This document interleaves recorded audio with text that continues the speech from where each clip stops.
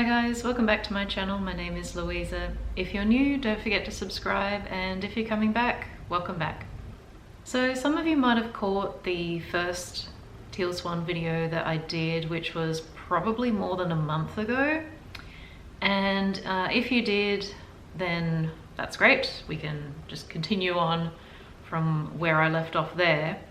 But if you haven't seen it, I do recommend having a look, because I'm going to be talking about a few things that I already explored in that video.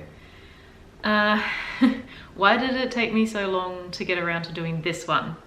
Well, I had to go through her book, The Anatomy of Loneliness, and as you can see, I've flagged a few things in here. But at the time I was a bit time poor because I was finishing off the term for study, and so I did the video analysis instead of the book analysis, and then I decided to have a look at another video because I've really only seen to date 2 of her videos in their entirety, and one of them was the one that I made the video on before, and the other one was one that I can't actually give you the link for it, and I'm not going to tell you which one it is, because I forwarded that video to the legal department of a prominent psychologist because I found her plagiarizing his work. So their team of lawyers are currently looking into whether or not they need to sue Teal Swan for plagiarism, because yeah, like I was watching the video and she talks about this particular thing and uses all of the same terminology that this psychologist invented, and does not reference the psychologist, doesn't even reference that it comes from psychology. She presents it as though it's her own work. And I'm watching it as a psychology student and going, oh, that's such and such's work. And then she kind of just moves on, and I'm like, wait, did she reference that? And I go back to look, and I have a look in the description box underneath the video, and there is absolutely zero mention of where she gets this information from. And I think that's one of the biggest concerning things about Teal Swan, is that a lot of her stuff is not wrong, but it's not wrong because she's essentially getting it from psychology without referencing where she got it from. And I had a look in the book as well, because like I was interested in whether or not she references in here, and there's absolutely nothing. Like there's a poem on the last page, and then a set of blank pages, and then the back is literally just the Watkins publishers. So on page 252, she ends with a paragraph telling people be brave enough to love, which is not bad advice, but yeah, there's a concerning amount of stuff in here that kind of wanders into territory that we learn about in psychology, which is based on other people's work and decades of research. And if you've done any kind of research whatsoever, you know how time consuming that is, and how expensive and how much effort goes into it. And then after they've done years of research and years of writing and analytics, then they have to wait another year while it goes through the screening process to be published. So people dedicate their lives to this field of study, and for someone to come along and present their work as their own work is highly unethical, and in some cases possibly illegal. So even though I was going to do an analysis on that video, I decided to not do an analysis on that video and instead give these people an opportunity to put together a legal case, and to just leave that in their court and move on looking at the book, which, as you can imagine, took a bit longer. So instead, today's video is kind of a follow-up on the previous video, but it's relating to an anecdote that I found in the book, which kind of relates to the last video that I analyzed. If you haven't seen that video yet, essentially I was reacting to a video that she made about people who want alone time being inauthentic. So basically she's just saying, if you're an introvert, then you are a wrong human being, which is pretty rude. But if you recall, in that video, the evidence that she provided as proof of what she was talking about is that people spend time with their dogs and they don't seem to need to have personal space from their pets. So she was like, if you don't need personal space from your dog, you don't need personal space from me, which is extremely clingy and possibly relates to some other issues that she might have.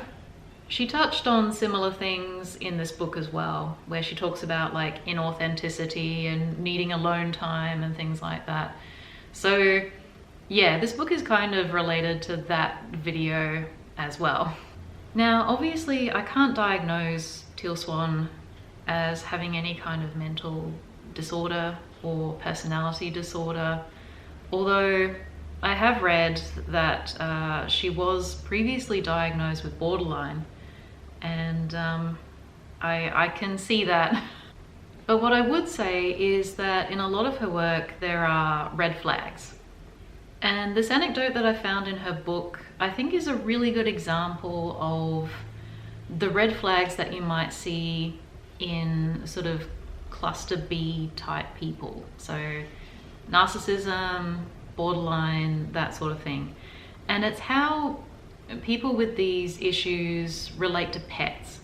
Because in the same way that they have problems with human relationships, they also have some issues with pet relationships. And they often have issues with your pet relationships. So on pages 49 to 51 of The Anatomy of Loneliness, we have what she has titled The Lesson of a Dog. She writes, "This is a difficult personal story for me to tell, but it contains some very important truths and lessons related to shame, so I will share it here. When I was in my early 20s, I adopted a wonderful little apricot-colored French bulldog and named him Caput. When I was growing up, dogs were considered members of the family, just like children. They slept in the bed with you at night time and they sat on the couch with you to watch TV. They got only the best. Caput lived like this for years. He was the most consistent thing in my life." So she sort of set the scene here to say that this dog was a significant relationship for her and probably a great source of emotional support. And I know a few people who have dogs that are essentially emotional support for them, and sometimes the relationship is maybe not beneficial for the dog. When it comes to like adult-child relationships or adult-pet relationships, they're kind of similar in that the adult needs to be the parent, the adult needs to be the adult, and to lean heavily on a very powerless individual, someone who does not have any decision-making abilities or any ability to distance themselves from the other person or to get space, then it can be an imposition on the well-being of that animal or that child. So when it comes to living with dogs and when it comes to raising puppies and things like that, it's generally recommended by dog trainers and dog breeders that you have certain boundaries with them, that they are not to actually sleep on the bed or sit on the couch, that that's not the proper place for a pet. And I know a lot of people think that that's unfair or cruel, and I certainly understand why, because pets definitely would prefer to be with the humans, but there's all sorts of things associated with that which can lead to anxiety in the dog. So it's not like a hard and fast rule where you can never have the dog on the couch with you, or you can never have the dog on your bed or anything like that. But it shouldn't necessarily be a norm. I want to explore a bit of attachment theory when it comes to pets, as well as other relationships that we have in our life. So I've got this article from Psychology Today which says, attachment theory was recently rated by a sample of social psychologists in an informal survey as psychology's most important theory in psychology. A derivative of psychodynamic theory, the attachment perspective proposes that people vary in the way they relate to the key figures in their lives. As adults, we recreate the relationships we had with our caregivers when we were infants, with the people in our lives who currently occupy center stage. Using questionnaires, attachment theory researchers measure what they call attachment style, or attachment orientation, in which they examine the patterns of expectations about a relationship, emotions and behaviors that people develop through their relationship history. Attachment style forms around what theorists call the internal working model, which is the way you think about the important figures in your life. Our attachment styles are evident in the way we relate to these internal working models. If we view these models with anxiety, we worry that our partners will not be available and supportive when we need them, and so try to remain as close to them as possible. If we are high on the dimension of avoidant anxiety, we distrust our partners and try to remain as self-reliant as possible. Attachment theory isn't a personality trait as much as it is an orientation, and it can vary by attachment objects. Your specific position on the two attachment dimensions can differ with regard to types of relationships, such as family, friends, and romantic partners. In one study, Zilchamano and collaborators examined the relationship between the two attachment dimensions and the 5-factor personality traits. As you might expect, people high in attachment anxiety, in fact, tended to be higher on the trait of neuroticism. Those high in extroversion were less likely to have avoidant attachment to their pets. Next, the researchers explored whether people would compensate for poor relationships with humans by forming stronger attachment bonds with their pets, or whether people would match their attachment orientation in human relationships to those they had with their pets. The matching hypothesis won out over the compensation hypothesis. People's internal working models of their human relationships do match those they have with their pets. People insecurely attached to other people also are insecurely attached to the furry creatures in their lives. However, people who were insecurely attached to their pets, regardless of their attachment to humans, had poorer mental health. Pet attachment seems to play an important role in overall mental health. If you're curious about your own attachment style to your pets, the author has listed some of the questions that are used on the scale, so you can screenshot this and have a look for yourself. But essentially, the way that we attach to our pets and the way that we relate to our pets is overall very similar to the way that we have human relationships. So this is going to become increasingly relevant as we go through this anecdote in Teal Swan's book. So let's continue. This dog saw me through the beginning and ending of several relationships and more than 17 moves. That's a lot. I have traveled with my dog and I've moved interstate with my dog, but 17 moves is a lot. And there's a lot of consideration when it comes to the psychological well-being of a pet when your life is very volatile and unstable, because just like children, they need consistency, they need stability, they need reassurance. Sometimes circumstances are just out of your control and you just have to make the best of it and do your best by your pets. But it's definitely not ideal for them. She goes on to say, I was completely attached to him, but I was so starved for secure connection with a person that when I got into a relationship with a man who was not raised the way that I was around dogs, we ran into conflict. This man did not want dogs on the furniture and could not sleep with kaput snoring in the bed. So yeah, there's a lot of advice out there about having conversations with people before you get into relationships about what is appropriate with pets, whether you have the same values or you have the same lifestyle or you agree on how to raise pets and how to live with pets, because apparently it can lead to a lot of conflict in relationships. All right, so the book goes on to say, one night my partner got particularly frustrated at not being able to sleep with the sound of Kaput snoring and said that he would have to go sleep in another room. I felt the terror of abandonment.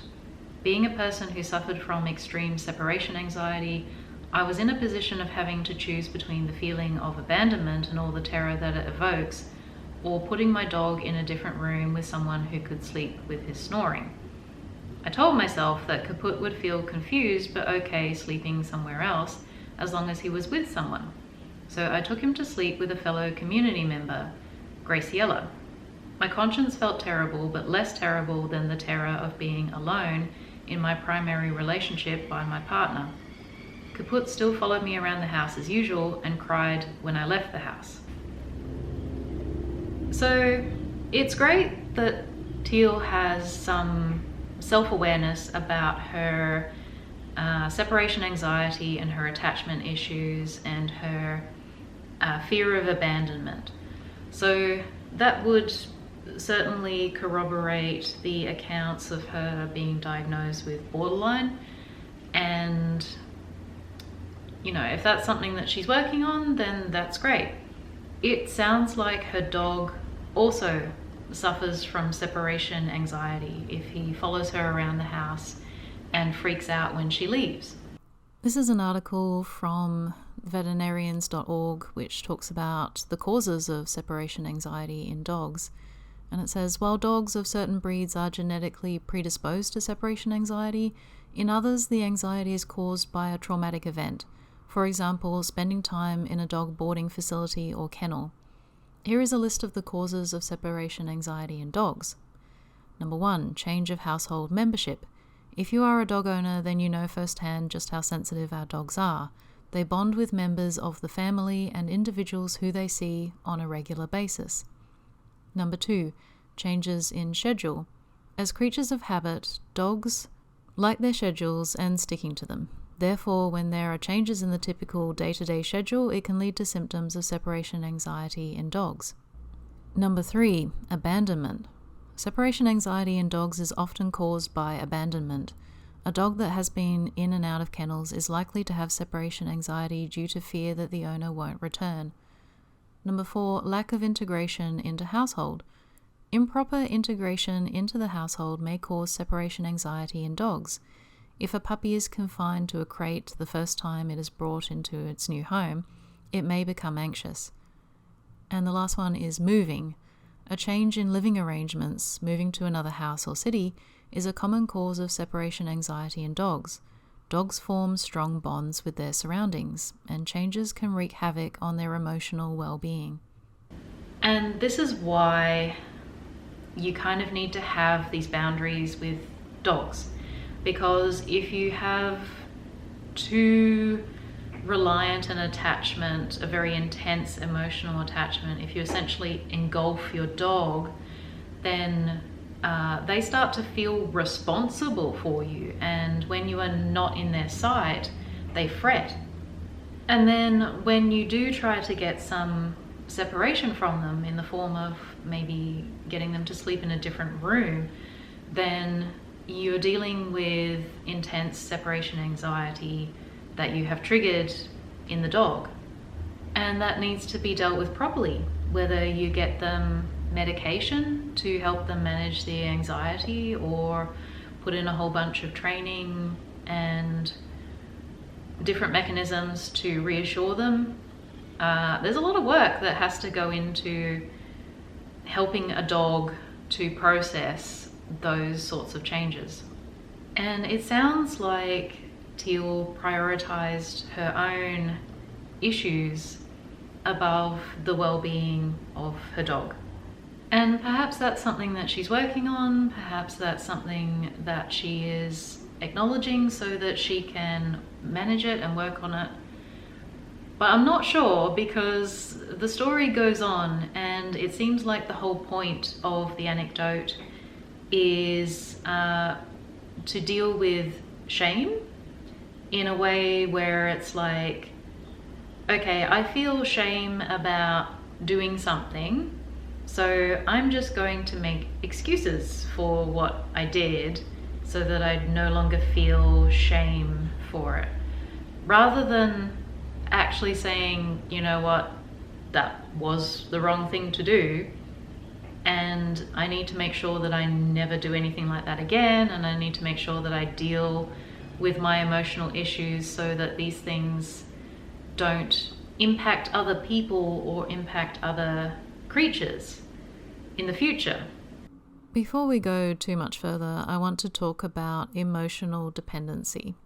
So this is an article from Healthline which says, emotional support is one of the big benefits of having relationships. When you face life challenges or stress, your loved ones can offer empathy and comfort by listening to your troubles and validating your feelings. In a romantic relationship, you might turn to your partner for this support first. It's normal to look to partners for emotional support and guidance, especially in a long-term relationship. Emotional dependence, however, passes the point of support. Most romantic partners depend on each other to some extent, but when you need your partner to meet all of your emotional needs, you're probably not doing much to meet those needs on your own. This total reliance on another person can eventually take a toll on your relationship and overall well-being. It can help to think of emotional dependence as a spectrum. Emotional independence rests at one end. Completely independent people might resist all emotional support, preferring to cope with emotional needs alone or even ignore them entirely. Interdependent relationships, the healthiest type of relationship, fall in the middle. Interdependence means you can recognize your own emotional needs and do the work to get many of them met. When you can't fulfill them on your own, then you might reach out to your partner. In other words, you depend on them for some emotional needs, not all of them. On the other end lies emotional dependence. Here you typically end up relying on your partner to meet nearly all needs. When you experience distress, you might look to them immediately before trying to manage your emotions yourself. Feeling as if you can't live without their emotional support can suggest your relationship has veered towards an unhealthy level of dependence. Other key signs of emotional dependence include an idealized view of your partner or the relationship, the belief your life lacks meaning without them, the belief you can't find happiness or security alone, a persistent fear of rejection, this is going to be important later on, a constant need for reassurance, feelings of emptiness and anxiety when spending time alone, and that one relates to the previous video analysis where Teal Swan talks about how being alone for any amount of time is inauthentic. Needing them to build your self-esteem, confidence, and self-worth, feelings of jealousy or possessiveness, this one is extremely relevant to this story, and difficulty trusting in their feelings for you. Okay, back to the book. But later that month, I had to go on my first 3-week tour to Europe. When I returned home, Kaput had replaced me with Graciela. Now he followed her around the house, and it was her that he cried for when she left, no matter who else was in the house. I felt betrayed. I couldn't face the fact that it was me who had pushed him away first. I had betrayed him first, and because I made myself unavailable, he coped by becoming attached to someone else. So again, this is good insight. This is fairly healthy. She's acknowledging that she caused the situation in the first place. It's not really the dog's fault that she wasn't around and that she had palmed him off onto someone else who works for her. But there is the sort of hint of some of her emotional issues coming to the fore. In italics, it says, "I felt betrayed." And so this might play a part later on in the story, and I'll let you decide what you think of this. It says, The next year, my entire international community moved to Costa Rica. We took all the pets with us because they were family members. Many circumstances changed, and due to unforeseen circumstances, we had to split the community so that some people lived permanently in Costa Rica and others, like me and the community members that I depended on the most, lived between different countries. So this is an interesting way of framing things. She says, circumstances changed and due to unforeseen circumstances. I thought she was psychic.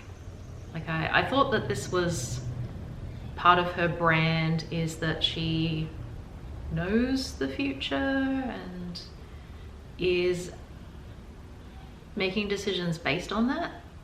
So she's providing some context for what led to different decisions being made, but in a lot of ways she's saying all circumstances were outside of my control.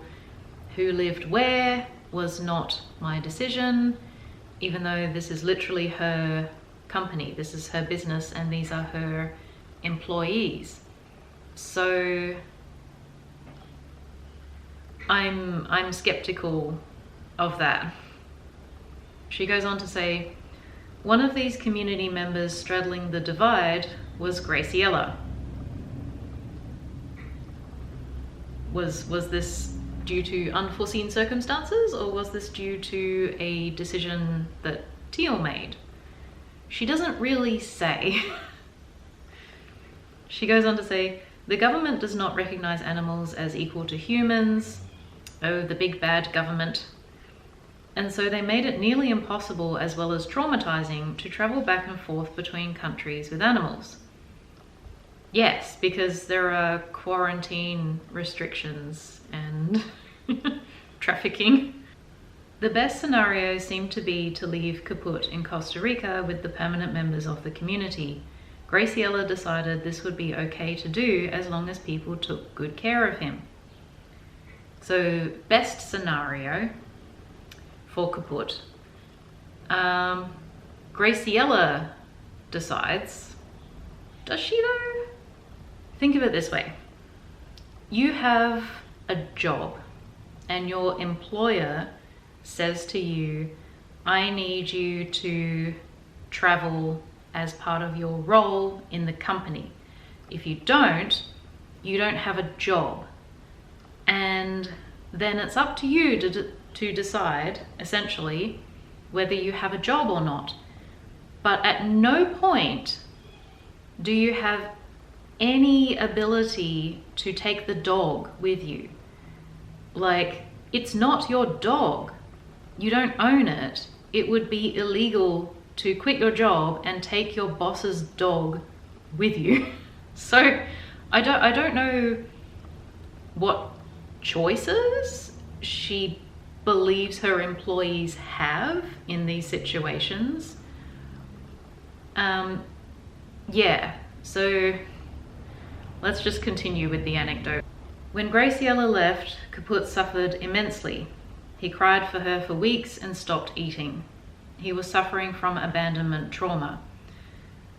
Great, so she has created a situation where her dog is going through emotional hell. She goes on to say, but then my manager arrived from Germany. Being an avid dog lover, Kaput bonded to him when he arrived. They slept together in bed and Kaput followed him wherever he went. The dog seemed stable again and like himself. There's a big gap in this anecdote, which is where was Teal in all of this? So Graciela has left and the dog is distraught, and apparently Teal's just leaving him to it. Like, she just totally glosses over that part. She doesn't even mention whether she intervened, whether she tried to rebond with her dog. It sounds like she didn't. It sounds like she just left the dog to himself and maintained an attitude of rejection and abandonment of the dog. And it's like, why? I can't help wondering if it goes back to the statement that she made before, where she says that she felt betrayed. Because when you're dealing with someone who has a cluster B personality disorder, and you know, they reject or abandon their child or their dog or their partner, and then the child or the dog or the partner moves on. So let's say they put their kid into foster care and the kid ends up bonding with the foster family, and then the parent is jealous and infuriated that their child formed another attachment. And in these situations, if you are dealing with someone who is a narcissist, they can punish pets and children and exes for not being totally bereft by their absence, which is so sick and twisted, but I've seen it. So she goes on. But sure enough, circumstances changed again, and my manager had to go on the road with me. Did he now? Did circumstances change? Or was that an executive decision from the business owner, who happens to be Teal Swan? Oh my goodness. What? Circumstances shifted. Oh no. Yes, circumstances completely out of the control of the only person who has control in this situation. So the story goes on and it gets significantly worse. The day after he left, the manager, Kaput cried incessantly. Some of the other community members tried to console him, but he became deranged. He started to hyperventilate. They found him sitting in a shower basin, staring at the wall, and he refused to eat or drink. He became terrified of a lightning storm, and near twilight one day he disappeared. For days and then weeks, the entire community searched. Search parties scoured every single inch of the property and drove up and down every street of the town. Flyers with reward money were posted everywhere. Kaput was 10 years old at this point. He had never run away from anyone or any home in his life. He was the most people-dependent dog I have ever met. But no matter how hard we tried, we couldn't find out what had happened to him. I was tormented by guilt. I sincerely hope so. And worry about whether he was alive or dead somewhere. Eventually, we were all forced to see the lesson that Kaput taught us through the tragedy of his decline and disappearance. So here is where she shifts blame and turns her dog's demise into an opportunity to abscond from responsibility. I'm just gonna try and cool down my neck. I get a bit flushed when I'm like distressed. And I have to say, having to watch and having to read Teal Swan's work is just horrifying. It's like torture for me. So much of what she says is manipulative and self-serving, and it's just horrifying that people take her advice. So the story is not over. She's going to justify what she did. She's going to shift blame. She's going to turn her dog's torment into a teachable moment. It says, "This is the bigger picture of what happened. The night that I made the decision to put him in the bed with Graciela instead of me, I justified it by thinking and feeling that Kaput wasn't that attached to me. I was attached to him. The day that Graciela decided it would be okay to leave him with the community, she justified it by thinking and feeling that Kaput was really my dog and wasn't really attached to her." What was she supposed to do? Her employer sent her overseas. Is she supposed to take her employer's dog with her without your permission? She goes on to say The day that my manager decided it would be okay to leave him with the community while he went on tour, he justified it by thinking and feeling that Kaput really belonged to the community and that he wasn't really attached to him. I'm sure that those two people knew that the dog was attached to them, but they had no choice because their employer sent them somewhere else. She goes on to say, the collective subconscious shadow of the community was that no one, including myself, actually recognized Kaput's attachment to us. As a result, none of us could properly take responsibility for or care for the connection that he did have with us. The collective subconscious shadow that created this whole tragedy was shame, and the shame we felt had isolated each and every one of us. Oh my goodness, I feel so sorry for you. Do you know what I see? I see a vindictive, nasty person who punished a dog. Every time her dog got attached to someone else, she sent that person away. And it's exactly the same with every narcissistic abuser, where it's like, if I can't have you, no one can. They don't just do it in romantic relationships.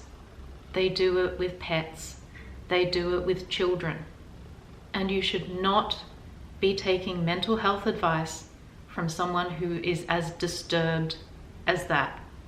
This is another article from Psychology Today, which is entitled Beware of Narcissists Around Your Pet, and it gives signs of abuse and neglect, because never underestimate the ability of a narcissistic person to abuse a defenseless individual, whether that is an animal or a child or a partner or someone with a disability. Narcissists can be harmful to your pet. In the author's book, Gaslighting, Recognize Manipulative and Emotionally Abusive People, she has an entire section on the abuse gaslighters perpetrate on people and pets. Watch for the following signs in order to protect you and your pet. So number 1, narcissists will use the pet as a manipulation tactic. If you talk about leaving, they will tell you that you will never see your pet again, or if you are leaving the narcissist and moving into a smaller place, the narcissist will tell you that it is not fair you are subjecting your pet to a smaller space, and tell you that your pet will probably die earlier from loneliness. The narcissist will say anything to get you to stay, so the narcissist doesn't have to experience that deep fear of abandonment. Number 2, people are seen by the narcissist as not as deserving of love, attention, and affection as animals. The narcissist has very absolute views of people and animals. They alternatively idolize a person or animal and then demote it to being the lowest form of life possible. There is no middle ground. On a personal note, I've also known narcissists to use pets as a form of triangulation. So if they have children, they tend to treat the pets better than the children in order to infer to the child that they are essentially worthless, or at least not as important as a pet. Number 3, the narcissist has unrealistic expectations of animal behavior. People and animals are both expected to act perfectly, and anything else is seen as a personal affront to the narcissist. They expect people and animals to fill their deep-seated insecurities, and the narcissist is never able to have that deep hole in their psyche filled. So yeah, essentially they use people and pets to fill the bottomless pit or the black hole of their emotional neediness. Number 4, they physically abuse pets. If a narcissist dog has urinated on the carpet while the narcissist was out, the narcissist sees it as a personal affront, even though the narcissist left the dog alone for 12 hours. The narcissist then hits the dog and calls it names. The dog learns to fear the narcissist. When people or animals fear the narcissist, he or she gets a psychological payoff of control. Number 5, while you are away, your pet is put down or neglected by the narcissist. You get home from a business trip and the narcissist says they are sorry to tell you that your dog was aggressive to them and the narcissist had to put your dog down. By eliminating your pet, the narcissist has removed one more barrier in order to control you. Or in some cases, competition for your affections, because narcissists see animals and children as competition for attention. They are competing with pets and even their own children for attention from a spouse or other family members. There's a number of other signs on this slide about how narcissists set up your pets for unwanted behavior, disregard your rules for your pets, blackmail you, and essentially try to make you jealous if they still have the pet after you have to leave. But number 7 in particular, the narcissist accidentally lets your pet out of the house. It says letting the dog escape once in a while can happen to anyone, but with narcissists, it's a pattern. The narcissist thinks that getting rid of your pet means your attention will now solely be on them. Since it was an accident, the narcissist will argue you are blaming them for your dog's behavior. This one stood out for me because I don't really know from the anecdote whether or not Teal was at home when Kaput escaped or ran away. It's not 100% clear. She might have been always with the manager at the time, or perhaps she was there and witnessed it, or perhaps she was there and caused it to happen. There's a big question mark for me over that last one. Number 11, they tease your pet, and number 12, pet emergencies are created to get you to come home. The teasing one I have seen many times from certain family members who seem to delight in provoking dogs and causing them to snap back.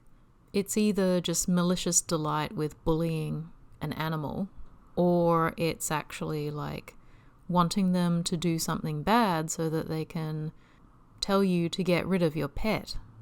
Personally, I think that finding out how someone responds to your pet and how they treat pets in general is probably extremely important before you actually get into a relationship with someone. If you've ever seen the work of H.G. Tudor, who is a YouTuber who happens to be a narcissist and a psychopath, and he has decided to use his evil genius for good, but he describes narcissistic behavior like this. He says that narcissists will put people on the shelf, and it's kind of like narcissists see, or cluster B personality types see, other people and pets and different relationships as tools or toys or things that are useful to them in some way. And when they have something shinier that they want to pursue, for example, a relationship instead of a dog, they will put that other relationship on the shelf. And you're supposed to just wait there. You're supposed to just sit there and pine away for them and be immediately available. As soon as they lose this other attachment or get bored of it or something like that, they're like, oh, I'm going to take that other person off the shelf now. Because I need reassurance. I need emotional validation. I need attention.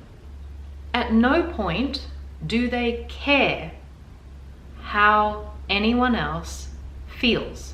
They know how you feel. That anecdote, Teal Swan is perfectly aware of how her dog feels because she writes about it. They know how you feel, they just don't care. Why? Because every relationship is there to serve them. It has absolutely no reciprocation whatsoever. If you get into a relationship with a narcissist, they will utilize different relationships around to triangulate and manipulate other people.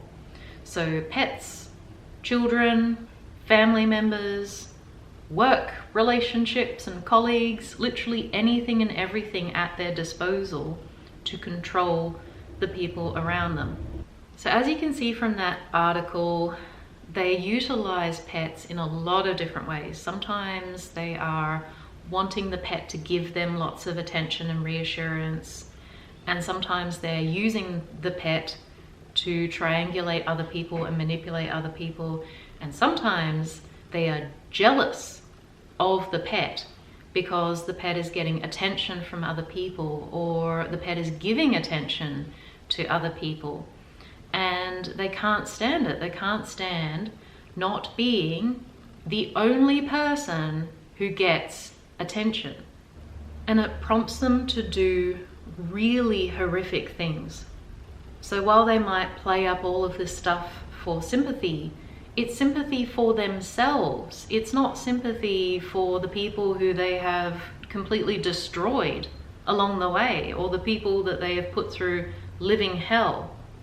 Teal Swan presents this anecdote about her dog as though it portrays her in some light of learning from her mistakes and gaining some kind of insight into behavior and psychology.